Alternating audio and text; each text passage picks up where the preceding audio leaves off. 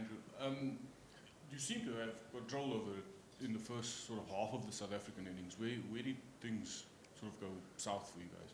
Yeah, it was about the 30 over mark, wasn't it? I think it was 3 for 148, and we had relative control, and then Klassen and Miller clearly took that away from us with some really good batting. And sometimes you look at what you can do better, but also you've got to pay credit to the ability of the opponent, and they put extreme pressure on us, and that was some serious hitting to shut out an innings, and I don't think we've seen too many innings like that before, so full credit to the way South Africa closed out. There's areas that we can definitely tidy up on. We weren't at our best today, and I think South Africa were at their best, and that's the difference. I don't know if you've had a chance to talk to Mitch, but Travis bowled quite well in Potch the other night, and do you have any idea why he wasn't included in the bowlers this evening? Yeah, different surface, clearly ground dimensions, and there was an opportunity there potentially when Quinton was in, but that once we got him out, there was 2 right-handers in, and in particular fairly good players of spin, so went away from that plan. But he's always there and available to bowl when needed if the matchup's right and the conditions suit, and I thought in Potch the conditions were very suitable for his type of bowling. Next up. All right, no one else. We'll head on to the online guys. We'll start with Alex Malcolm.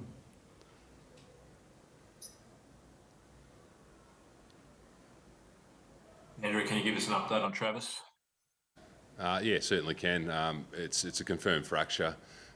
As to the nature of what sort of time frame that lends itself to, that'll be assessed further tomorrow. So I think he's going to go in for some more scans tomorrow just to get the detail of that, and then we'll work out the management from there. But at this stage, it's a confirmed fracture, and how long that time frame is, we're yet to determine that. So fingers crossed. Clearly, with the World Cup fast approaching. Just to confirm, it's left index finger, yeah. I'm not a medical person, but I think it's a little bit higher up than the actual finger itself. But I don't know the actual terminology. So it's in a joint somewhere. So as I said, I won't go into the medical specifics, but confirmed fracture and to be assessed again tomorrow with another scan. No worries. So you're obviously going to have to make some changes last game, and did you get Cameron Green back, and is Spencer Johnson in the frame? No, Spencer's not quite right at the moment, but Cameron Green, he's been cleared by the medical team, so he's just working away at getting prepared, and hopefully he's available for Game 5, and that's the plan at this stage. So we'll be able to have some training tomorrow, assess that, and there will be some force changes, and we'll have some guys potentially a little bit sore, and we'll have to manage those guys as well. Thanks, Alex. Louis Cameron.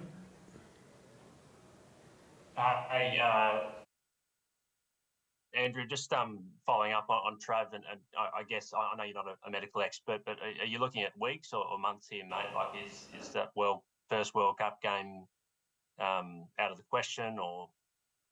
Yet to be determined, Louis. So as I said, there'll be further scans tomorrow. It was just I think my understanding of it was straight up X-ray tonight, confirmed that there is some damage there, and there'll be further scans tomorrow to determine that and what the course of treatment for that may be, and then the time frames no doubt will come from that. Yeah. So just on the bowling, Andrew. So as you kind of watching it, you mentioned how well Klassen batted, but I'm sure there were probably things that you thought the guys might have been able to do better. What were the kind of things that if that was a World Cup game, you'd like to see done better? Yeah, I think any time that your opponent puts you under that sort of pressure, there are some execution errors there. Can we tidy up some of our plans? No doubt, but I think that as I said before, sometimes you look at yourself and then you look at your opponent, and the opponent clearly outplayed us tonight. And as I said, Klassen, that was some serious hitting, put us under really extreme pressure, and with that comes some execution errors, and clearly that's a total that we shouldn't have allowed to happen, but they can happen. And as I said, I want to pay credit to the way that they played, and we've got some things to tidy up, so we're not going to shy away from that either. And just with only having 5 bowlers out there, like where's Mitch Marsh at with his bowling at the moment? He would have been a handy option, I imagine. Yeah, he's progressing well. Expect him to be back bowling in India as per the plan. So, yeah, we're just giving him some respite from those lower leg issues that he's had and building him up for the World Cup. So, yeah, ideally we would like him bowling, but there's bigger things in the future, and like other players, we have to manage that and make sure that we're peaking at the right time. But yeah, in a normal lineup, he's fully fit and ready to bowl. Then you've got 6/7 bowlers with Travis Head, and we've clearly got Glenn Maxwell progressing well as well. So when those players do come back to feature with the ball, it gives us a little bit more depth. Thanks, Louis. Mark Gleeson. Can I ask you, has it fulfilled what you wanted to achieve? Do you feel it's been a good exercise? Where perhaps has it fallen short? I missed the first part of that. Apologies.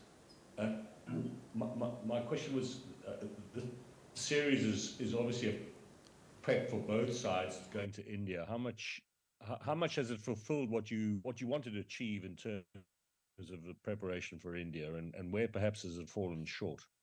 Well, if we win the last game, it'll be very fulfilling. So there's a series still alive. It's 2-2, and yeah, we're here to play to win.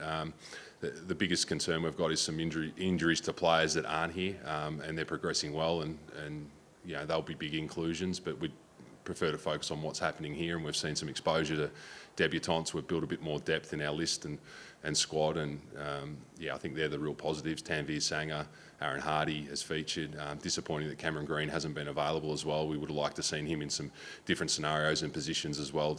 But all in all, it's been a successful tour so far. But as I said, like if you walk away with the win, then it's a total success. If you don't in the 5th game, then it can be disappointing. Firdaus. No, I'm all good. Thanks, Dave. No problem. Morgan. Thanks, Dave. I just want to find out, would you, with the series being all square now, see the decider as a good preparation for the World Cup in terms of being able to manage those?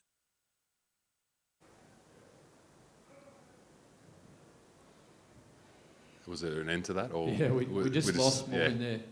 It's a bit clunky, but I think he was asking whether a decider is like the knockout games, maybe.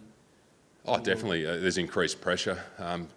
Series plays allows you back into it. We went 2-0 up, and then they've won the last 2 games. So to come down to a decider, no doubt will replicate some of the pressure of a World Cup. But not totally. I think when you're in a tournament, the pressure is heightened. Potentially teams play slightly different. There's not as much freedom at certain times, so it'll be a different type of pressure. But it'll be relatively close. And South Africa have played some really good cricket in the last couple of games, and we played some good cricket in the first couple of games. So we've got to rebound from that and respond. And clearly that opportunity lies when we go to the Wanderers.